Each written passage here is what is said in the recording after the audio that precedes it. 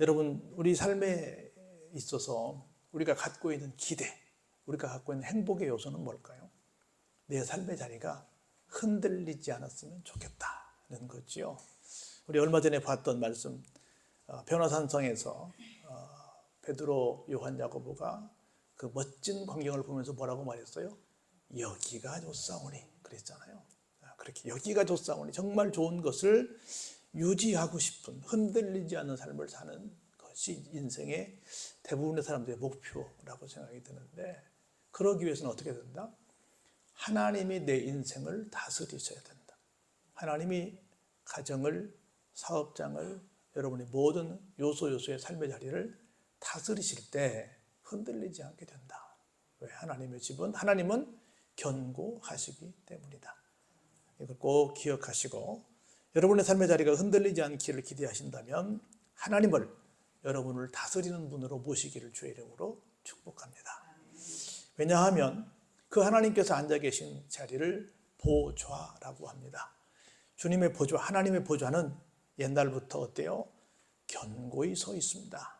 그리고 영원부터 계신 분이십니다. 다시 말해서 그 보좌가 어떤 때는 막 잘 나가다가 어떤 때는 못 나가다가 이런 것이 아니라 영원전부터 앞으로 영원까지 절대로 흔들림이 없는 견고한 자리이시기 때문이다.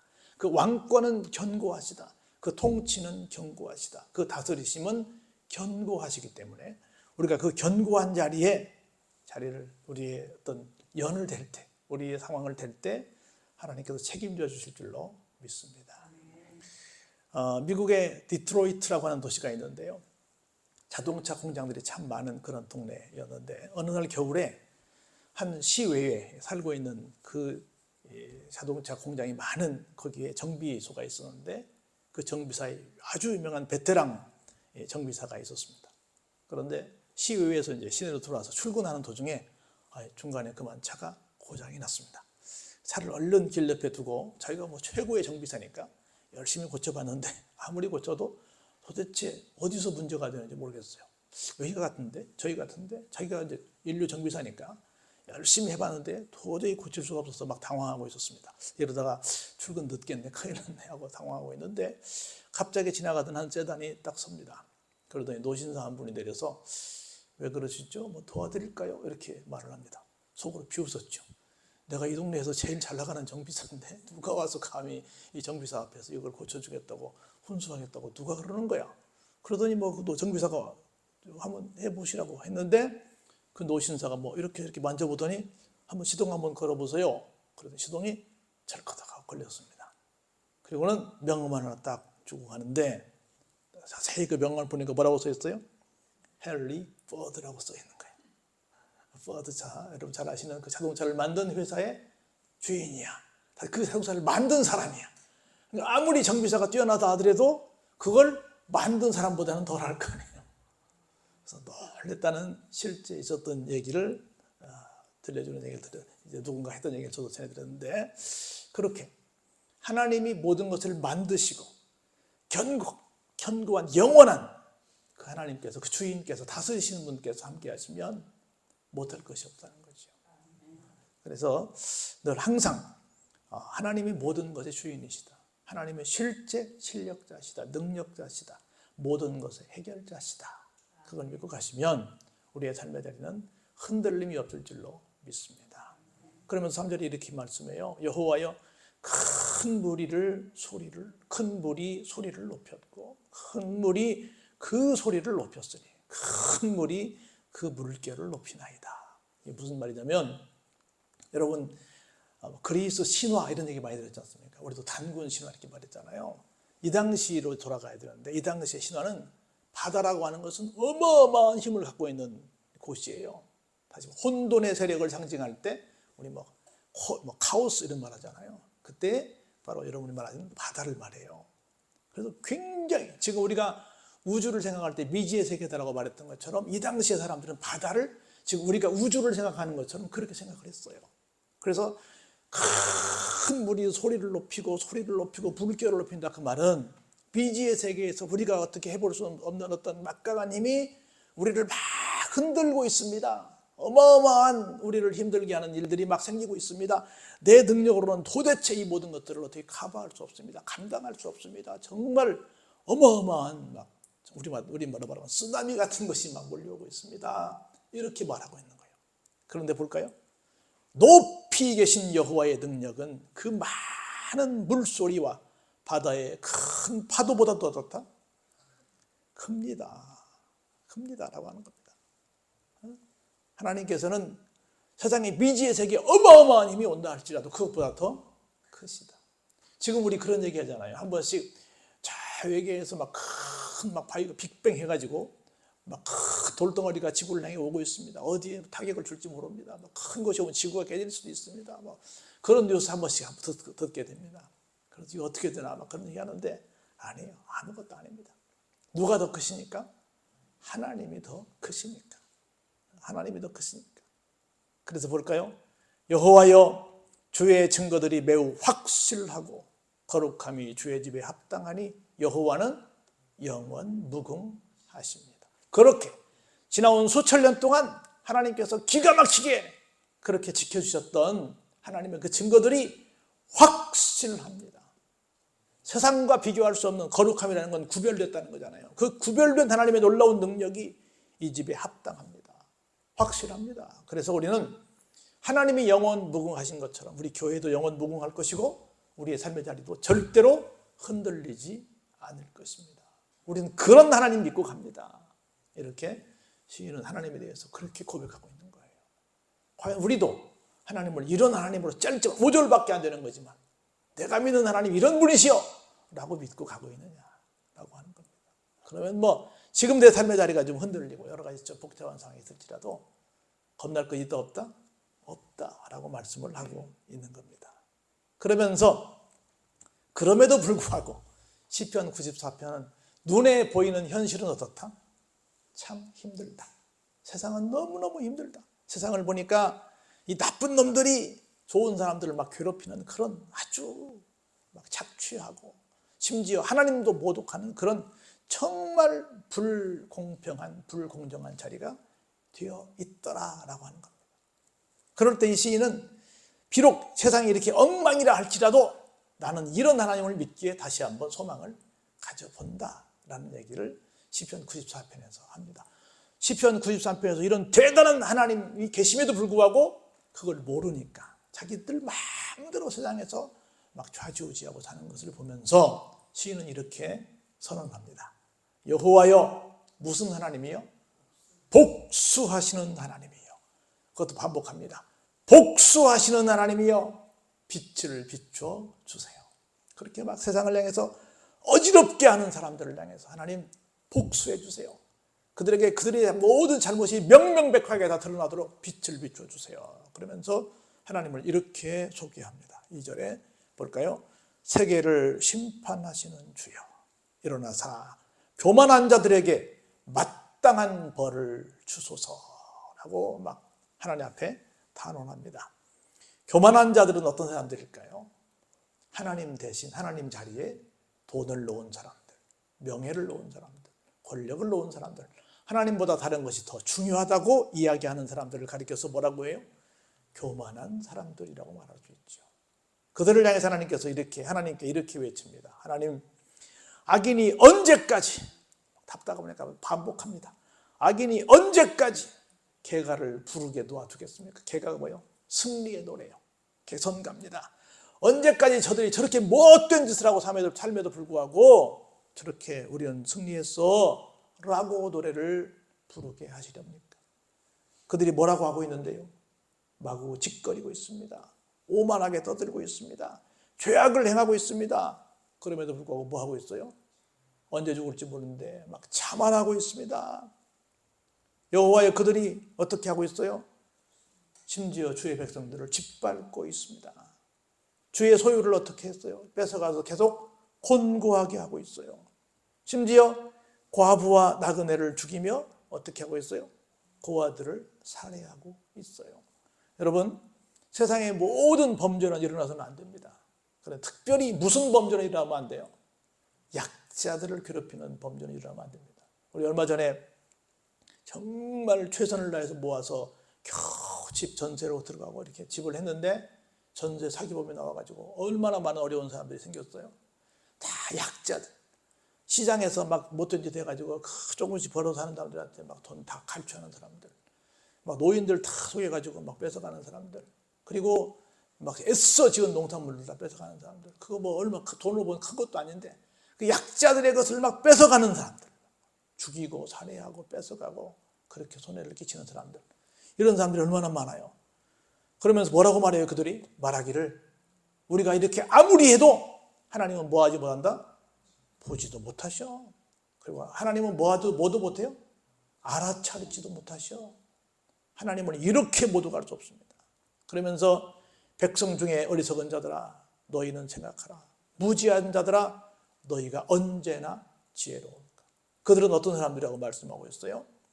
어리석은 사람이다. 그리고 무지한 사람이다. 그러면서 스스로 착각하지 말라라고 경고합니다. 언제까지 너희들이 마음대로 이렇게 할 수 있을 거라고 생각하냐? 언제까지 너희가 지금 그렇게 하는 것이 지혜로운 행동이라고 생각하냐? 그러지 마라. 지혜로울까? 그 말은 지혜롭다는 거예요? 지혜롭지 않다는 거예요? 지혜롭지 않다는 거지요. 그러면서 9절에 이렇게 경고를 하십니다. 귀와 눈을 누가 만드셨어요? 하나님이 만드셨죠. 귀를 만드신 하나님께서 안 들으시겠니? 눈을 만드신 하나님께서 안 보시겠니?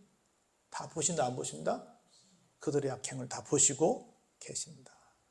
그러면서 모든 백성을 징벌하시는 하나님, 그 지식으로 사람을 교훈하신 하나님이 징벌하지 아니하시랴? 그 말은 무슨 말이에요?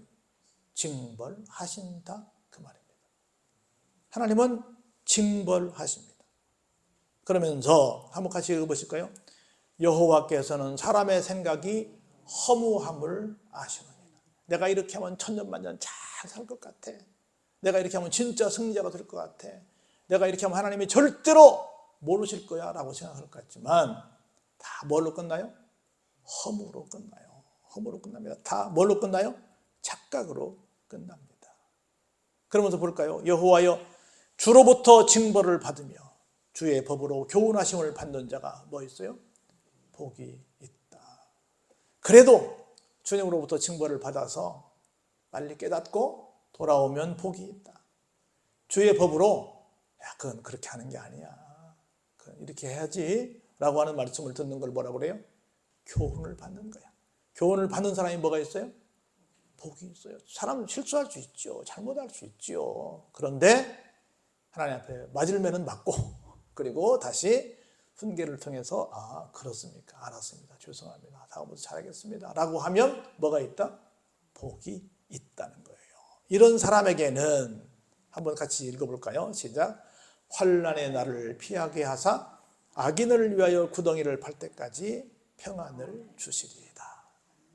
여러분 좀 미안하지만 세상에서 얼마나 많은 난리와 난리 소문을 듣고 있어요. 난리에 또 다른 말이 무슨 말이에요? 환난이잖아요. 여러분 지금 한편으로 너무 불쌍한데 가자지고 막 얼마나 많은 공습을 통해서 아주 초토화진 걸 보고 있잖아요. 뭐 그 대부분의 사람들은 그냥 사는 사람들인데 하마스와 관련된 사람들이 아니고 그냥 주민일 뿐인데 얼마나 난리가 났어요. 뭐 그뿐입니까? 우크라이나도 그렇고 러시아도 그렇고 다 분쟁 중에 다 마찬가지죠. 얼마나 많은 환란이 지금 이 땅에서 저 땅에서 막 생기고 있어요. 그래서 그 모든 환란의 날을 어떻게 해요? 피하게 하신다. 우리 어젠가가 1년 전에 일어났던 그 이태원 사건이 났던 날이잖아요. 한류원대 그 때문에 생각해 보세요, 여러분들. 혹시 뭐 어떻게 길을 가다가 뭐 차에 치거나 뭐 어떻게 뭐 그런 일이 생길 수 있지만 내가 멀쩡히 걸어가다가 그냥 길에서 그렇게 압사당하는 일 생각은 해봤어요. 그런 뉴스 처음 들어보는 것 같아요. 얼마나 황당해. 그 가족을 잃은 사람들 얼마나 황당하겠어요. 갑자기 그냥 무슨 정말 마른 하늘의 날벼락이죠. 환난의 날을 그런 하나님께서 어떻게 하신다? 피하게 하십니다. 악인을 위해서 구덩이를 판다는 건 뭐예요? 심판해서 그들을 완전히 그냥 가두는 거죠. 그때까지 우리에게 뭘? 평안을 주신다는 겁니다. 평안을 주신다는 거예요. 그러면서 오늘 이 말씀을 이렇게 우리에게 전해주십니다. 여호와께서는 자기 백성을 절대로 버리지 아니하십니다. 그리고 자기의 소유를 절대로 외면하지 아니하십니다. 세상이 뭐 아무리 뭐 가진 자들의 횡포를 부리고 뭐 별별 흉흉한 막 소문이 나고 별 이상한 일이 아무리 많을지라도 하나님은 절대로 누구를 지키신다? 하나님의 백성을 지키신다. 하나님의 사람이라고 딱 인정한 사람 어떻게 하신다? 외면하지 않으신다. 할렐루야. 그래서 저는 평생을 살면서 아마 솔직히 행복한 사람 중에 한 사람이라고 생각이 드는데, 그 중에 한 가지가 뭐냐면 두 가지 저한테 믿음이 있어요. 어떤 경우에도 하나님은 하나님의 교회를 지키시더라. 두 번째, 어떤 경우에도 하나님은 주의 종을 책임지시더라, 지키시더라. 이게 임상이에요. 제가 해온 임상이고 수많은 이 앞선 선배들의 얘기입니다. 왜? 누구 거니까? 하나님 거니까. 여기 그랬잖아요. 하나님께서 자기 백성을 버리지 아니하시더라. 하나님께서 자기의 소유를, 똑같은 말이에요. 어떻게 하시더라? 외면하지 아니하시더라는 거예요. 그러면서 볼까요? 심판이 의로 돌아가느니 마음이 정직한 자가 다 따르리로다. 심판은 어떻게 돌아가요? 바른 대로 돌아간다는 거죠. 세상은 바르지 않게 돌아갈 때가 많습니다. 하나님이 하시는 것은 바르게 돌아갑니다. 그러면서 볼까요? 이 기가 막힌 말씀이 여기 16절에 소개돼요. 누가 나를 위해서 일어나 행악자들을 칠까? 나 대신 행악자들을 좀 혼내줄까? 그 말입니다. 누가 나를 위해서 일어나 악행하는 자들을 칠까? 누가 나 대신, 내가 억울한데 나에게 악행한 놈을 향해서 가서 혼내줄까? 이 말씀입니다. 그런 사람이 있어요? 그런 사람이 있으면 고맙지. 누가 나 대신 일어나서 행악자들을 치고 악행하는 놈들을 막 가서 혼내주면 얼마나 고맙겠어요. 그런데 살아보니 그런 사람 별로 없더라는 거지. 그러면서 17절에 이렇게 말씀하세요. 그래서 만일 하나님께서 내게 그동안 그렇게 해 주시지 않으셨다면, 뭐가 되지 않았다면? 도움이 되지 않으셨다면, 다시 말해서 앞에 문장을 가져오면 행악자들을 치고 악행하는 놈들을 혼내주시지 않았다고 한다면 나는 벌써 어땠다? 죽었다는 거지. 내 영혼이 벌써 침묵 속에 잠겼으리라. 그러면 나는 벌써 이 세상에 없었을 거라는 거죠. 볼까요? 그래서 여호와여, 나의 발이 미끄러진다고 말할 때 주의 인자하심이 나를 붙드셨습니다. 하나님, 내가 저 못된 눈물 때문에 지금 미끄러지고 있어요. 넘어지고 있어요. 하나님, 큰일 났어요. 나 죽게 생겼어요. 할 때마다 어떻게 하셨다고요? 나를 딱 괜찮아, 일어나 하고 붙들어 주셨습니다. 그러면서 오늘 제가 요절로 삼았던 19절 말씀을 우리에게 주십니다. 제가 오늘 전체 중에서 이 부분을 제가 요절로 삼았어요. 같이 한번 볼까요? 내 속에 근심이 많을 때에 주의 위안이 내 영혼을 즐겁게 하십니다. 할렐루야. 우리 속에 얼마나 많은 근심들이 있어요. 얼마나 세상 살아가는 사람들 속에 근심들이 얼마나 많아요. 그럴 때마다 주님의 위로가, 주님의 평안이 어떻게 해요? 내 영혼을 즐겁게 해 주십니다. 여러분 힘드십니까? 위로가 필요합니까? 평안이 필요합니까? 근심이 많습니까? 주님께서 우리에게 뭘 주신다? 즐거움을 선사해 주십니다. 할렐루야. 그러면서 또 억울한 얘기를 얘기해요. 율례를 빙자하고 재난을 꾸미는 악한 재판장이 어찌 주와 어울리리까? 여러분들, 우리 그 얘기 많이 하잖아요. 우리나라 법체계가 무전, 유죄, 유전, 무죄 그러잖아요. 돈을 대면 막 비싼 막 로펌 돼가지고 막 대면 큰 죄인도 죄인이 아닌데, 그리고 막 뒤집어 씌우면 죄가 없는데 죄인이 되는 거예요. 세상에 여러분 생각해 보세요. 일반적으로 우리가 어떤 사건을 처리하기 위해서 변호사를 하면 몇 명 사요? 한 명 사죠.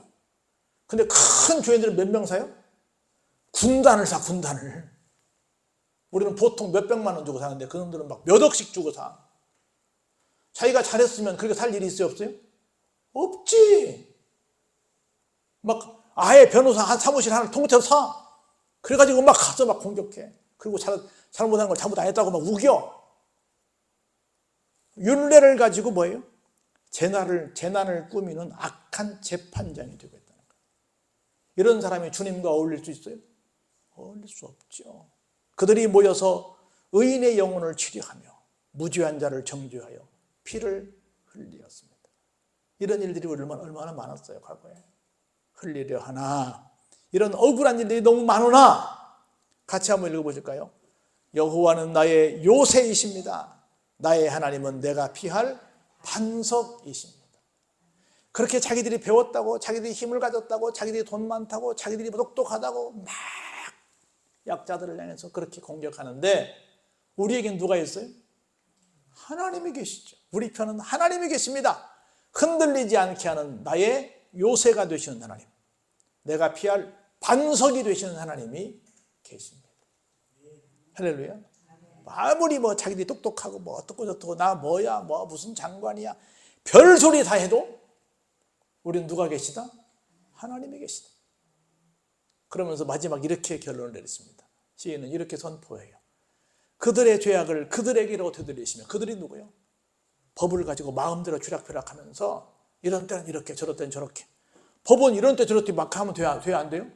안 되죠. 마음대로 그렇게 법을 갖고 자기들의 이익만 추구하고 다른 사람들을 힘들게 했던 사람들에게 그 모든 죄를 되돌리시고 그들의 악으로 말미암아 그들을 끊어버리시고, 여호와 우리 하나님이 다시 한번 반복합니다. 이 시인은 계속 반복해요. 뭐라고요? 그들을 끊어버리시고, 그들이 영원히 대대손손 그렇게 살 것처럼 큰소리 치고 있지만 그들을 더 어떻게 하시겠다? 심판하셔서 끊어버리시겠다. 그리고 어떻게 하시겠다? 우리는 지켜주시겠다. 우리에게 요새가 되어주시고 우리에게 반석이 되어주셔서 우리의 삶의 자리는 절대로 흔들리지 않게 해주시겠다. 이 사실을 믿었던 우리 잘 아는 예수님의 제자들은 이렇게 했습니다. 베드로는 로마에서 십자가에 거꾸로 매달려 순교했습니다. 빌립은 소아시아에서 십자가를 지고 죽었습니다. 여러분이 아시는 바돌로메는 몸의 가죽을 벗기는 죽임을 당했습니다. 도마는 인도에서 순교했습니다. 마가는 알렉산드리아에서 기도하며 순교했습니다. 마태는 에티오피아에서 창에 찔려 순교를 당했습니다. 안드레는 에데사에서 십자가에 못 박혀 순교했습니다. 마띠아는 예루살렘에서 돌팔매질을 맞고 쓰러진 뒤 목베임을 당해 순교했습니다. 누가는 헬라에서 감람나무에 매달려 죽임을 당했습니다. 바울은 로마에서 목이 떨어지는 그런 끔찍한 형벌을 받고 죽으면서 주님의 이름을 불렀습니다. 사도 요한은 100살까지 온갖 신을 겪다가 죽어간 살아있는 순교자였습니다. 초대교회 유명한 교부인 터툴리아는 순교자의 피는 교회의 종자가 된다라고 말했습니다.